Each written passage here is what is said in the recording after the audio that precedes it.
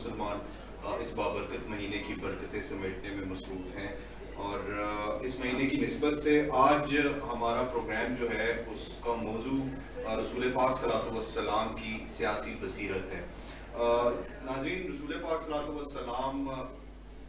اس دور میں عرب میں ان کا ظہور ہوا جب عرب جاہلیت کی اتھاہ گہرائیوں میں گر چکا تھا، اور عرب لوگ جو کہ جن کو بنی اسماعیل کے نام سے بھی جانا جاتا ہے، جو پیغمبر خدا تھے حضرت ابراہیم علیہ السلام، ان کے دو فرزند تھے، ایک حضرت اسحاق علیہ السلام تھے اور ایک حضرت اسماعیل علیہ السلام تھے۔ حضرت اسحاق علیہ السلام کی اولاد جو ہے ان کو بنی اسرائیل کہا جاتا ہے، کیونکہ حضرت اسحاق علیہ السلام کے ایک بیٹے حضرت یعقوب تھے جو کہ حضرت یوسف علیہ السلام کے والد بھی تھے، اور ان کا لقب اسرائیل تھا، جس سے ان کی اولاد کو بنی اسرائیل کے نام سے جانا گیا۔ اور بڑے بڑے جو پیغمبر ہیں، بڑے بڑے اولو العزم پیغمبر ہیں، وہ حضرت اسحاق کی اولاد سے تھے، یعنی کہ بنی اسرائیل سے تھے، جن میں حضرت عیسیٰ اور حضرت موسیٰ قابل ذکر ہیں۔ اور اس کے علاوہ ناظرین، جو حضرت اسماعیل علیہ السلام جو کہ حضرت ابراہیم علیہ السلام کے دوسرے فرزند تھے اور وہ بھی رسول خدا تھے، ان کی اولاد سے صرف ایک پیغمبر جو ہیں وہ مبعوث ہوئے، اور وہ تھے جناب اسماعیل علیہ السلام، اور انہی کی اولاد سے پھر رسول پاک صلی اللہ علیہ وسلم کا ظہور ہوا۔ ہم چلیں گے ایک چھوٹے سے بریک کی طرف، بریک سے واپسی پہ ہم اس تمام تر ٹاپک کو ایکسپینڈ کریں گے۔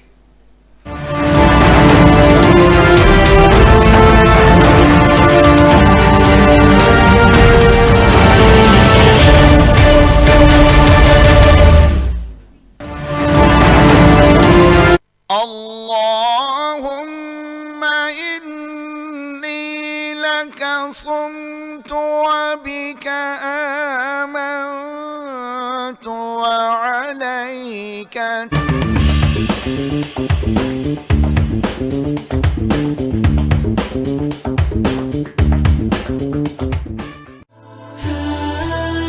فرمان مصطفیٰ صلی اللہ علیہ وآلہ وسلم ہے، جس شخص نے اللہ کے لیے اس شان سے حج کیا کہ نہ کوئی فحش بات ہوئی اور نہ کوئی گناہ، تو وہ گناہوں سے پاک ہو کر اس دن کی طرح واپس ہوگا جیسے اس کی ماں نے اسے جنم دیا تھا۔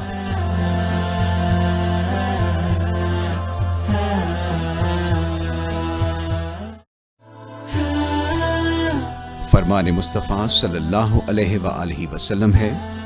اللہ تعالیٰ کا ارشاد ہے، جو بندہ یہ چاہتا ہے کہ رنج و مصیبت کے وقت اس کی دعا قبول کر لوں تو اس کو چاہیے کہ راحت و آرام کے وقت بھی مجھ سے دعا کیا کرے۔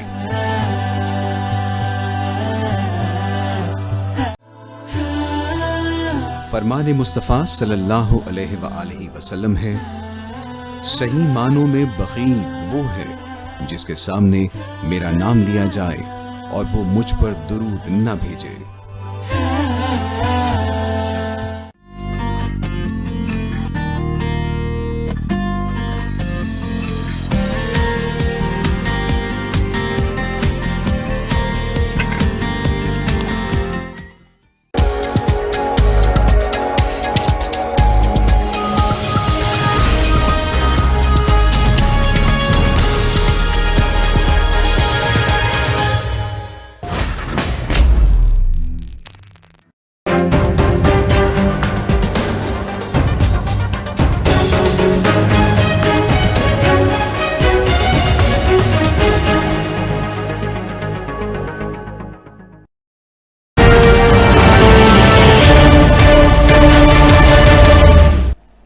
ویلکم بیک ناظرین، بریک پہ جانے سے پہلے ہم بات کر رہے تھے حضرت اسماعیل علیہ السلام جو پیغمبر خدا تھے، ان کی اولاد سے رسول پاک صلی اللہ علیہ وسلم مبعوث ہوئے، اور عرب میں وہ اس ٹائم پہ، اس وقت پہ مبعوث ہوئے جب عرب جہالت کے اندر گھر چکا تھا مکمل طور پہ۔ اپنی بیٹیوں کو زندہ درگور کرنے کا رواج تھا، چھوٹے چھوٹے تنازعات پہ قبیلوں کے درمیان جو عصبیت تھی اس کی بنا پہ جنگیں شروع ہو جاتی تھی، اور وہ جنگیں کئی سالوں تک جاری رہتی تھیں۔ اسی طرح کی ایک جنگ حرب فجار کے نام سے جو جانی جاتی ہے، اس کا بھی بڑا ذکر ملتا ہے رسول پاک صلی اللہ علیہ وسلم کی زندگی میں، کیونکہ رسول پاک صلی اللہ علیہ وسلم خود اس جنگ کے دوران اس جنگ میں شریک تھے. رسول پاک صلی اللہ علیہ وسلم نے کبھی بھی تلوار نہیں چلائی, کبھی کسی کو قتل نہیں کیا, لیکن اس جنگ میں بہرحال وہ ایک معاون کے طور پہ اپنے خاندان کے ساتھ شریک تھے. اور اس عرب کے معاشرے کے اندر رسول پاک صلی اللہ علیہ وسلم مبعوث ہوئے, اور جب رسول پاک صلی اللہ علیہ وسلم کی پیدائش ہوئی تو ان کے والد گرامی جو حضرت عبداللہ تھے وہ ان کی پیدائش سے پہلے ہی وفات پا چکے تھے. اور اس کے بعد رسول پاک صلی اللہ علیہ وسلم جو ہے انہوں نے جو ہے وہ اپنے والدہ کے ہمراہ پرورش پائی, اور اس پرورش کے دوران جب وہ 6 سال کی عمر کو پہنچے تو ان کی والدہ کا بھی انتقال ہو گیا. مدینہ سے واپسی پہ ابوا کے مقام پہ وہ اس دار فانی سے کوچ کر گئیں, اور رسول پاک صلی اللہ علیہ وسلم اپنے والدین سے محروم ہو گئے. اور اس کے بعد رسول پاک صلی اللہ علیہ وسلم کی پرورش ان کے دادا حضرت عبد المطلب نے کی, اور پھر حضرت عبد المطلب جب رسول پاک صلی اللہ علیہ وسلم 8 سال کی عمر کو پہنچے تو وہ بھی وفات پا گئے, اور اس کے بعد وہ رسول پاک کی کفالت اپنے بیٹے ابو طالب حضرت ابو طالب کو سونپ کے, اور حضرت ابو طالب نے رسول پاک صلی اللہ علیہ وسلم کو نبوت کے بعد بھی کئی سالوں تک وہ زندہ رہے, اور انہوں نے رسول پاک صلی اللہ علیہ وسلم کی نہ صرف پرورش کی بلکہ نبی کا درجہ پانے کے بعد رسول پاک صلی اللہ علیہ وسلم کے لیے جو مشکلات مکہ میں تھیں ان میں بھی رسول پاک صلی اللہ علیہ وسلم کے شانہ بشانہ وہ کھڑے رہے. اور اس تمام تر کانٹیکسٹ میں جب ہم بات کرتے ہیں کہ ایک ایسے معاشرے کے اندر رسول پاک صلی اللہ علیہ وسلم کی جو ہے وہ بعثت ہوتی ہے, اور اس کے بعد ان کو تنگ کیا جاتا ہے, ان کے خلاف ایسی کاروائیاں کی جاتی ہیں, ان کو ایسے نالاں کیا جاتا ہے کہ وہ مجبور ہو جاتے ہیں, اور وہ مجبوری کے عالم میں جو ہے وہ مدینہ کی طرف ہجرت کرتے ہیں, انہیں مکہ سے نکلنے پہ مجبور کر دیا جاتا ہے. اور اس تمام تر مجبوری کے عالم میں رسول پاک صلی اللہ علیہ وسلم جب مدینہ پہنچتے ہیں وہاں پہ وہ ایک ریاست کا قیام عمل میں لاتے ہیں, اوس اور خزرج کے قبیلے جو ہیں ان کو یکجا کرتے ہیں, اور ایک اسلامی ریاست کا وجود عمل میں آتا ہے. اور اس کے بعد مکہ کی طرف سے کاروائیاں ختم نہیں ہوتی. جنگ بدر, جنگ احد, جنگ خندق کی صورت میں مشرکین مکہ رسول پاک صلی اللہ علیہ وسلم کو تنگ کرتے ہیں, اور نہ صرف تنگ کرتے ہیں بلکہ مکہ میں بھی جب مسلمان خانہ کعبہ کی طرف رخ کر کے نماز پڑھتے ہیں تو خانہ کعبہ میں بھی 360 بت موجود تھے اس وقت, لیکن رسول پاک صلی اللہ علیہ وسلم چونکہ ایک سٹیٹسمن تھے اور ان کی عقل اور دانش جو ہے وہ ایک عام انسان سے کہیں زیادہ تھی, اور چونکہ وہ سید البشر تھے اس لیے انہوں نے انتظار کیا, اور انہوں نے اپنی سٹیٹ کو مدینہ میں سٹرونگ کیا, انہوں نے الائنسز بنائے, انہوں نے اسلام کی ترویج کی, انہوں نے اپنے اسوہ حسنہ سے لوگوں کو اسلام کی طرف راغب کیا. اور جب مسلمان ایک قوت تک پہنچ گئے تو اس کے بعد رسول پاک صلی اللہ علیہ وسلم نے مکہ کی طرف کوچ کیا, اور 10,000 کا لشکر لے کے جب رسول پاک صلی اللہ علیہ وسلم مکہ میں داخل ہوئے تو وہی تمام تر لوگ جو رسول پاک صلی اللہ علیہ وسلم کو مکہ میں ستاتے تھے وہ تھر تھر کانپنے لگے رسول پاک کو دیکھ کے. یہ رسول پاک صلی اللہ علیہ وسلم کی سیاسی بصیرت تھی, اور آج کل ہمارے حکمرانوں کو اس سیاسی بصیرت سے سبق لینے کی ضرورت ہے. اور ان تمام تر موضوعات پہ بات کرنے کے لیے ہمارے ساتھ موجود ہیں علامہ عمران پنجتنی صاحب. علامہ صاحب, ویلکم ٹو دا شو. جی بہت شکریہ شجاع صاحب آپ کا اور پوری JNN TV کا اور آپ کی پوری ٹیم کا. بہت بہت مہربانی. عمران صاحب آپ سے ہم سب سے پہلے تو یہ جاننے کی کوشش کریں گے کہ رسول پاک صلی اللہ علیہ وسلم نے بڑی مصیبتیں اور بڑے مسائل دیکھے جو مکی زندگی ان کی تھی, اس میں نہ صرف ان پہ جو ہے ظلم ڈھائے گئے بلکہ ان کے لیے سب سے زیادہ جو اذیتناک بات تھی وہ یہ تھی کہ ان کے اصحاب پہ اور ان کے ماننے والوں پہ ظلم ڈھائے جاتے تھے, اور رسول پاک صلی اللہ علیہ وسلم کو اس سے شدید اذیت پہنچتی تھی. اور اس کے بعد پھر وہ جب مدینہ تشریف لے گئے اس دوران بھی مشرکین مکہ نے ان کے خلاف جو تمام تر پروپیگنڈا تھا وہ ختم نہیں کیا. اس کے باوجود رسول پاک صلی اللہ علیہ وسلم اس تمام تر جو ایک ان کے اوپر سازشیں ان کے خلاف کی جاتی تھی ان کو انہوں نے بڑے اچھے طریقے سے مقابلہ کیا. تو آج کل جو ہم لوگ ایگریشن شو کرتے ہیں, ہم کہتے ہیں کہ بس کہیں پہ کوئی واقعہ ہو جاتا ہے یا کوئی اس طرح کی صورتحال پیش آتی ہے تو ہم کہتے ہیں کہ ابھی کے ابھی ہم نے تیا پانچا کر دینا ہے. تو کیا ہمیں رسول پاک صلی اللہ علیہ وسلم کا اسوہ یہ سکھاتا نہیں ہے کہ آپ انتظار کریں، اپنی قوت جو ہے اس کو مضبوط کریں، اور جب آپ ایک مقام پہ پہنچ جائیں تو اس کے بعد آپ اپنے تمام تر جو منصوبے ہیں ان پہ عمل کریں۔ جی شجاع صاحب، اللہ رب العزت قرآن مجید بران رشید کے اندر ارشاد فرماتا ہے لَقَدْ كَانَ لَكُمْ فِي رَسُولِ اللَّهِ أُسْوَةٌ حَسَنَةٌ۔ لجپال آقا علیہ الصلوۃ والسلام کی جو 63 سالہ مبارک زندگی ہے وہ صبح قیامت تک آنے والے ہر ایک امتی کے لیے مثل راہ ہے اور بہترین نمونہ ہے۔ سرور کائنات صلی اللہ علیہ وسلم نے اس خاکدان گیتی پر جلوہ فرما ہو کر سسکتی بلکتی انسانیت کو اطمینان و سکون کی دولت نصیب فرمائی اور چناؤں کو اقام مل کر امام بنایا، بلکہ قلیل عرصے میں طویل خطہ ارضی کو اسلام کو زیر اثر کیا۔ دیکھیں شجاع صاحب، لجپال آقا علیہ الصلوۃ والسلام نے اپنی مبارک زندگی کے اندر ایک تو معاہدے کی پاسداری کی ہے اور ہمیشہ سچ بولا ہے، اور ہمیشہ صادق اور امین، اور آپ کے جو دشمن تھے وہ بھی آپ کو مانتے تھے۔ اور انٹرو میں آپ نے بڑی خوبصورت بات کی، دیکھیں کہ جب لجپال آقا علیہ الصلوۃ والسلام پر ظلم کے بال ڈائے جا رہے تھے، ایک مقام ایسا بھی آیا کہ لجپال آقا علیہ الصلوۃ والسلام کے لالین مبارک تھے وہ خون سے تر ہو چکے، تو جبریل امی آ کے عرض کرتے ہیں یا رسول اللہ صلی اللہ علیہ وسلم، آپ کا خدا، آپ کا رب آپ سے فرماتا ہے کہ آپ ان کفارینی مکہ جو ہیں، کفار مکہ ہیں، ان کے لیے دعا کریں تاکہ یہ جو پہاڑ ہے ان کے اوپر الٹ دیا جائے۔ تو میرے اور آپ کے لجپال آقا علیہ الصلوۃ والسلام نے ارشاد فرمایا جبریل، اللہ نے مجھے پوری کائنات کے لیے رحمت للعالمین بنا کے بھیجا ہے۔ تو یہی آپ کی اسوہ حسنہ تھی، آپ کے مبارک زندگی کی پہلوں کو دیکھ کر کافی کفار مکہ ہیں جنہوں نے دین اسلام قبول کیا۔ ہمارے اور معاشرے اور سوسائٹی کے اندر بالکل آپ نے بجا فرمائے ٹرینڈ سا بنتا جا رہا ہے، ہر کوئی جب اس کو اقتدار مل جاتا ہے وہ اقتدار کے نشے میں آ کر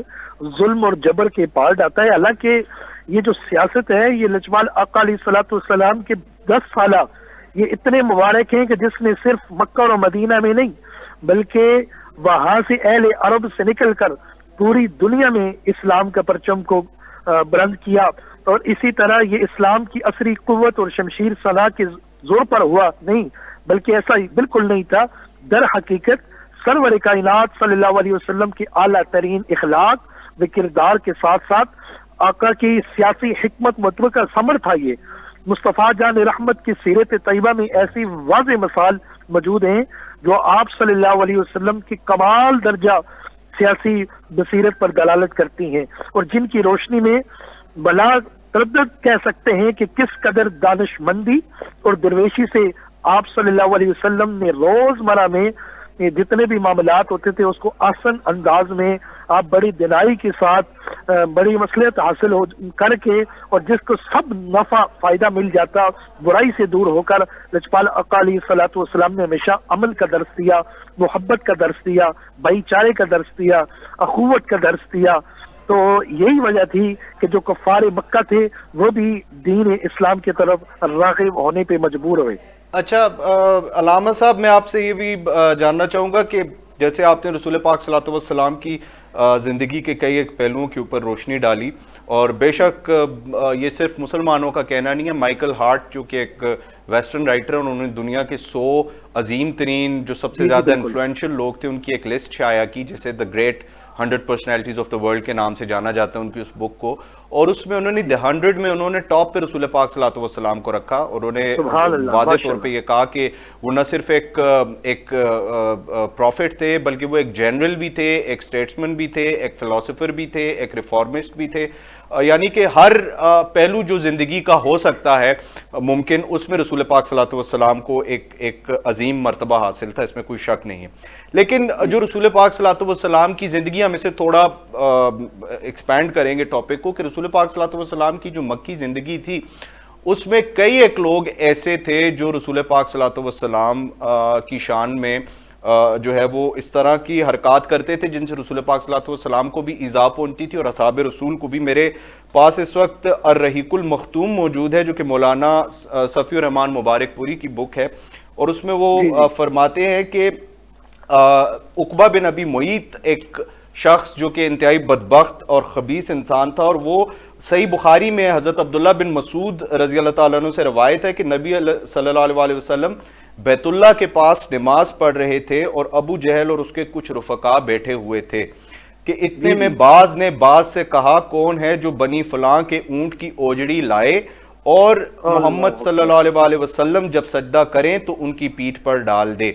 اس پر قوم کا بدبخت ترین آدمی یعنی کہ عقبہ بن ابی معیط اٹھا اور اوجڑی لا کر انتظار کرنے لگا۔ جب نبی پاک صلی اللہ علیہ وسلم سجدے میں تشریف لے گئے تو اسے آپ صلی اللہ علیہ وسلم کی پیٹھ پر دونوں کندھوں کے درمیان ڈال دیا۔ تو عبداللہ بن مسعود فرماتے ہیں کہ میں سارا ماجرا دیکھ رہا تھا مگر کچھ کر نہیں سکتا تھا، کاش میرے اندر بچانے کی طاقت ہوتی۔ یعنی کہ صحابی رسول ہیں اور فرمایا جاتا ہے کہ حضرت عبداللہ بن مسعود رسول پاک صلی اللہ علیہ وسلم کو انتہائی محبوب تھے۔ چند ایک جو صحابہ رسول پاک صلی اللہ علیہ وسلم کے انتہائی قریب تھے جو انہیں محبوب تھے، ان میں حضرت ابن مسعود کا ذکر بھی آتا ہے رضی اللہ تعالیٰ عنہ۔ تو جب ایک صحابی رسول بھی وہاں پہ موجود تھے اور اس طرح کی ایک حرکت کی جا رہی تھی تو یہ ایک پوری ایک سٹیٹ کا کانسیپٹ تھا جو رسول پاک نے اس وقت دیا تھا کہ انہوں نے اس وقت مطلب ایک جذبات کا اظہار نہیں کیا کہ میں اب جا کے اور ایسے کر دوں، یعنی کہ ان کا جو اس وقت صبر کرنا تھا یا ان کو اس وقت رکنا تھا کفار کی طاقت کو اور ان کے اس تمام تر گھمنڈ کو دیکھتے ہوئے، وہ ایک مصلحت تھی جس کی رسول پاک صلی اللہ علیہ وسلم نے اجازت دے رکھی تھی۔ اسی طرح کا سوال لمبا ہو جائے گا لیکن میں ایک چھوٹا سا واقعہ اور بیان کر دوں کہ حضرت عمار بن یاسر رضی اللہ تعالیٰ عنہ، ان کے بارے میں بھی ذکر کیا جاتا ہے کہ بنی مخزوم کے غلام تھے اور رسول پاک کے انتہائی محبوب اصحاب میں سے تھے۔ انہوں نے اور ان کے والدین نے جب اسلام قبول کیا ان پر قیامت ٹوٹ پڑی۔ مشرکین جن میں ابو جہل پیش تھا سخت دھوپ کے وقت انہیں پتھریلی زمین پر لے جا کر اس کی تپش سے سزا دیتے تھے۔ ایک بار انہیں اسی طرح سزا دی جا رہی تھی، نبی صلی اللہ علیہ وسلم کا گزر ہوا، آپ نے فرمایا آل یاسر صبر کرنا، تمہارا ٹھکانہ جنت میں ہے۔ آخر کار یاسر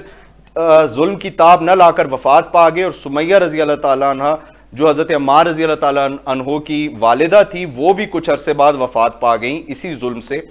اور یہ اسلام میں پہلی شہید ہیں۔ اس کے بعد حضرت عمار پہ سختی کا سلسلہ جاری رہا، انہیں کبھی دھوپ میں تپایا جاتا، کبھی ان کے سینے پر سرخ پتھر رکھ دیا جاتا، کبھی پانی میں ڈبو دیا جاتا۔ ان سے مشرکین کہتے تھے کہ جب تک تم رسول خدا صلی اللہ علیہ وسلم کو گالی نہ دو گے یا لات و عزا کے بارے میں کلمہ خیر نہ کہو گے ہم تمہیں نہیں چھوڑ سکتے۔ حضرت عمار نے مجبوراً ان کی بات مان لی اور پھر نبی صلی اللہ علیہ وسلم کے پاس روتے اور معذرت کرتے ہوئے پہنچے تو اس پر قرآن پاک کی آیت نازل ہوئی کہ جس نے اللہ پر ایمان لانے کے بعد کفر کیا اس پر اللہ کا غضب اور عذاب عظیم ہے، لیکن جسے مجبور کیا جائے اور اس کا دل ایمان پر مطمئن ہو اس پر کوئی گرفت نہیں ہے۔ یعنی کہ اس وقت بھی اس طرح کے واقعات ہوتے رہے تھے، لیکن چونکہ کفار کا زور تھا اور رسول پاک صلی اللہ علیہ وسلم جو ہیں وہ چونکہ ایک سٹیٹسمن تھے اور وہ چاہتے تھے کہ اسلام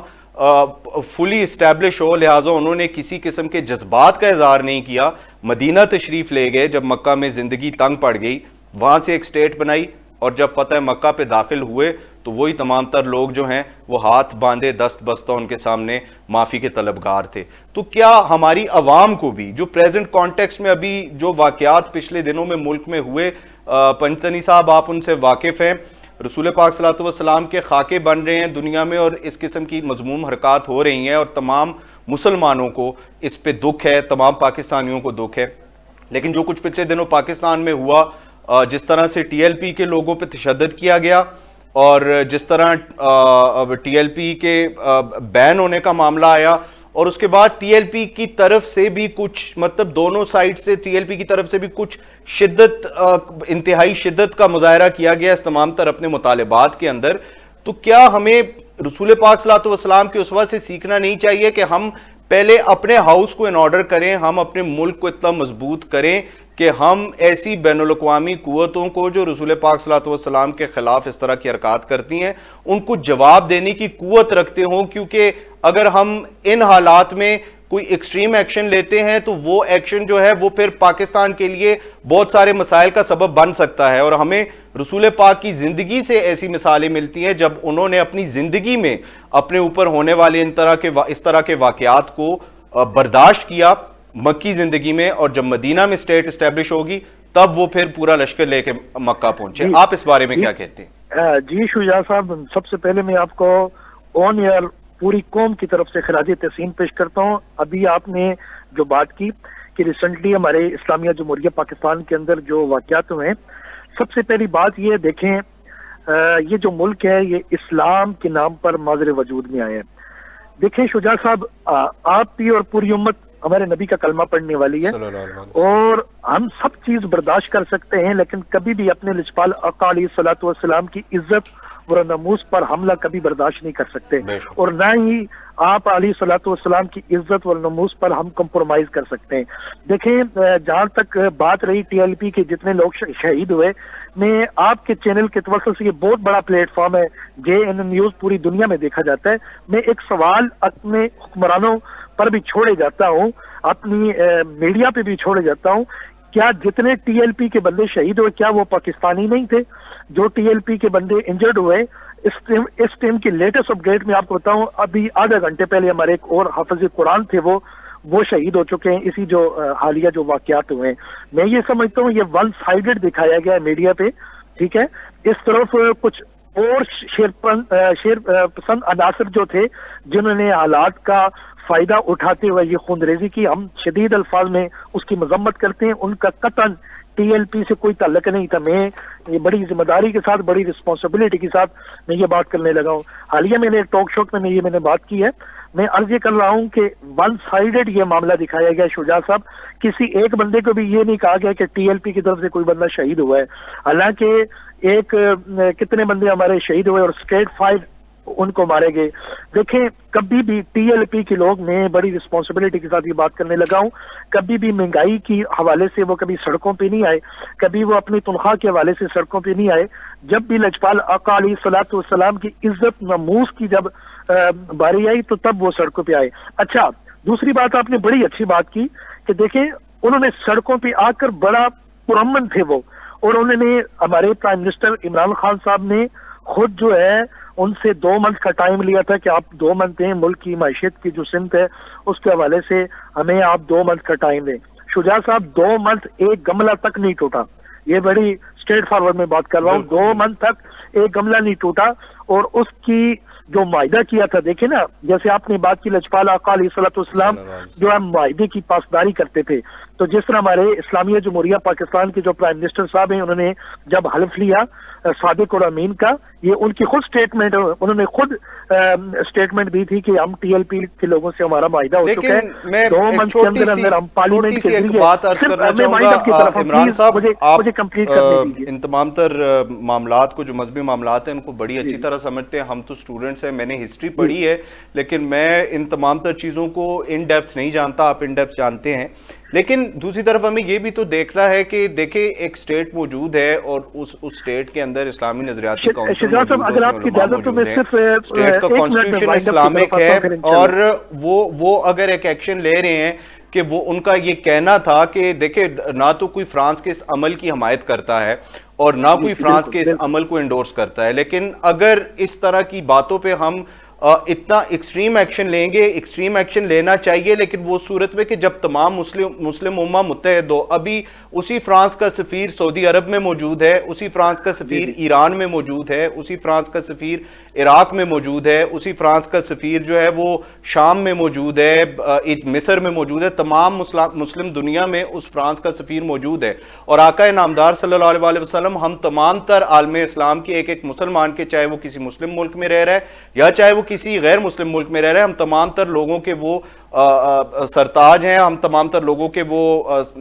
جو ہے وہ رسول ہیں، اور ہم لوگوں کی جان قربان ان کی ناموس پہ. لیکن ہم جب ایک ایکسٹریم ایکشن لیتے ہیں اس کی ریپرکشنز آ سکتے ہیں، اس کی ریپرکشنز اس صورت میں آ سکتے ہیں کہ اگر آپ دیکھیں فرانس کے سفیر کو نکال دیں گے تو کل انگلستان میں کوئی اس طرح کی حرکت کرے گا، کل کوئی دوسرے ملک میں، تو ہم پوری دنیا سے سفارتی طور پہ تنہا ہو کے رہ جائیں گے. ہمیں تمام تر عالم اسلام کو، جو کہ پرائم منسٹر صاحب کا کہنا تھا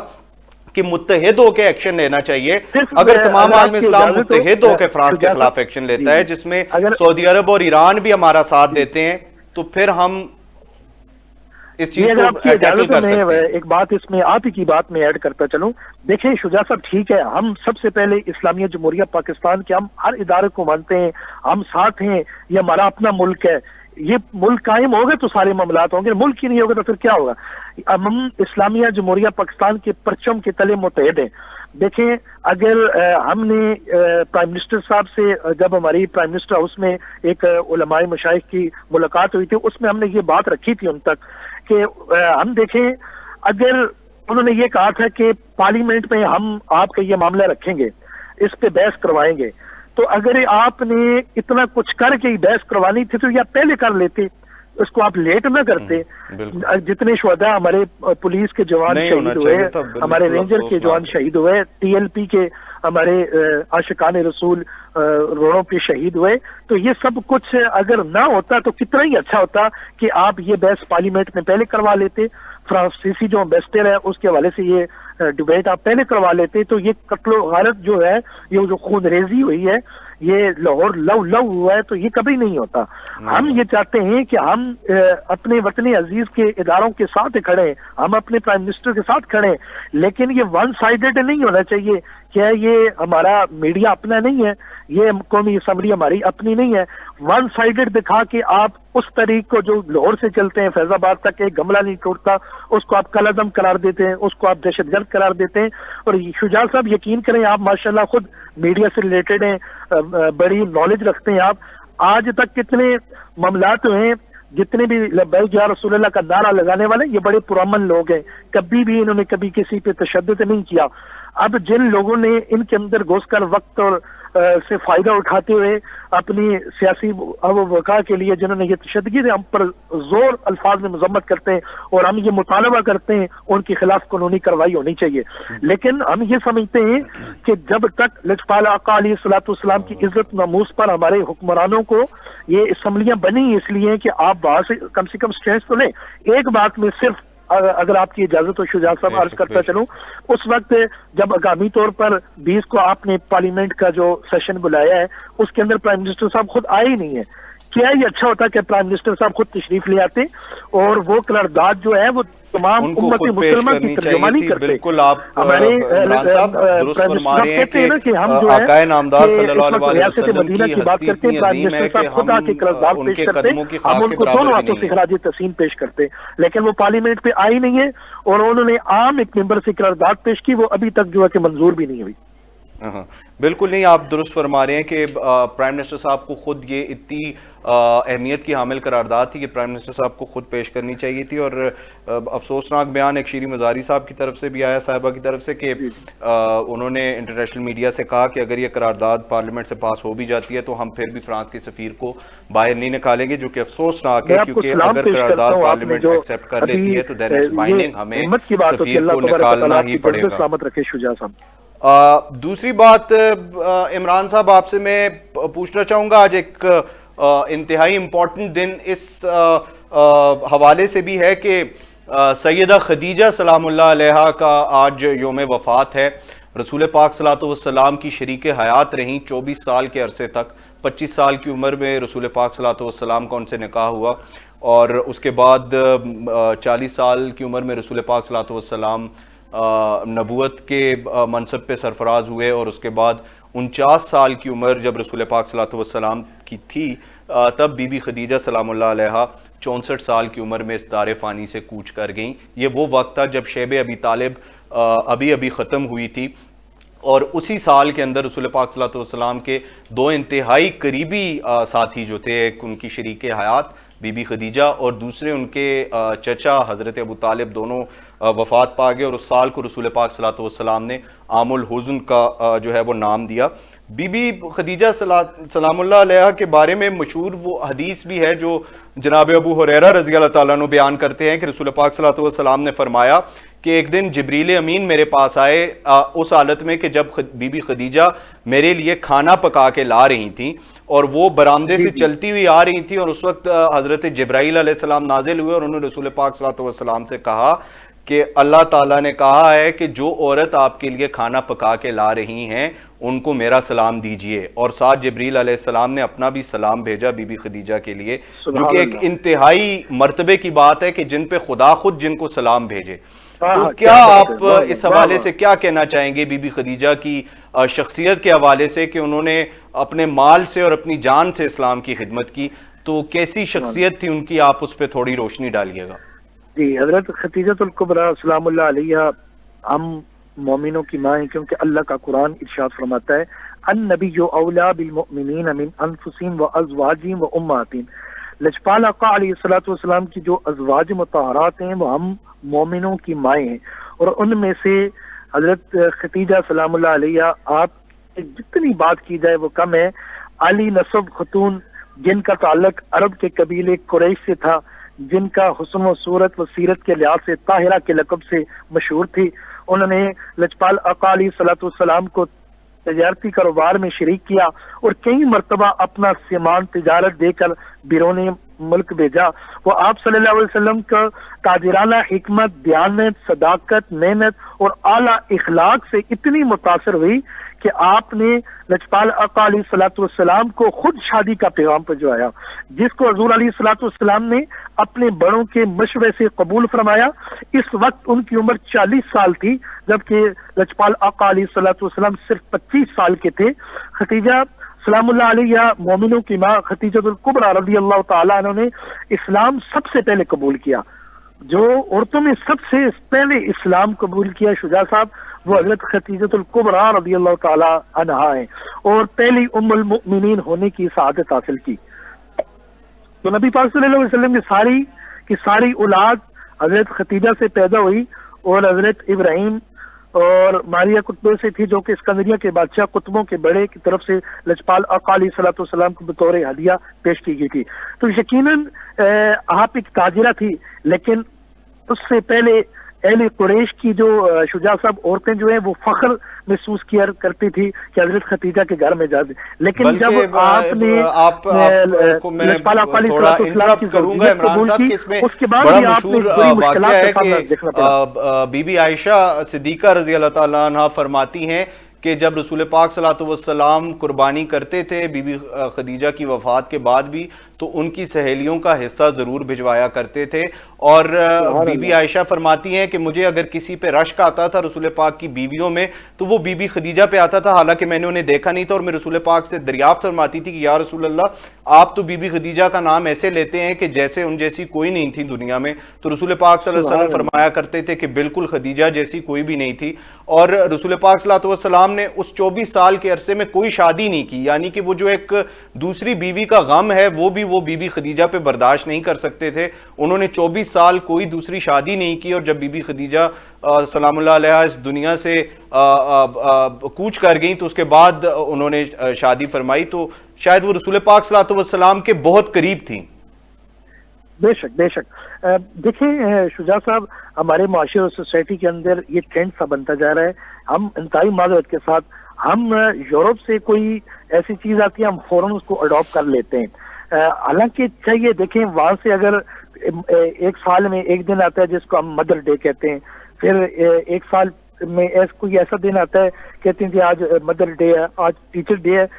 میں یہ سمجھتا ہوں کیا ہی اچھا ہوتا کہ یہ ملک جو ہے اسلامیہ جمہوریہ پاکستان کے میں اسلامی نظریاتی کونسل کے جو قبلہ ایاز صاحب ہیں ان سے اور اپنے پرائم منسٹر عمران خان صاحب سے یہ گزارش کرتا چلو کیا ہی اچھا ہوتا کہ ہم 10 رمضان المبارک کا جب دن آئے تو یہ ہم قومی سطح پہ یہ کہیں آج ہماری حقیقتاً ہماری جو مدر ہے حضرت خدیجہ الکبریٰ رضی اللہ تعالیٰ عنہ ان کا دن سرکاری سطح پہ منایا جائے۔ 17 رمضان المبارک کو سیدہ عائشہ صدیقہ رضی اللہ تعالیٰ عنہ آپ کا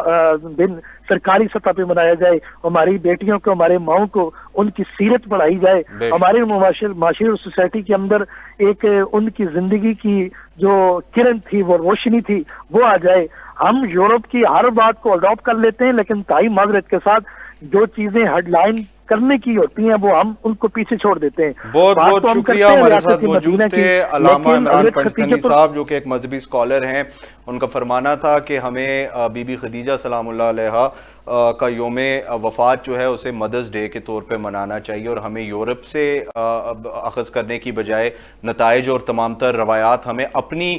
جو ایک رچ ہسٹری ہے اس سے تمام تر روایات کو اخذ کرنا چاہیے۔ اور اس کے علاوہ ناظرین، جس طرح کے حالات پاکستان میں ڈیولپ ہو رہے اور جس طرح کی ایکسٹریمسٹ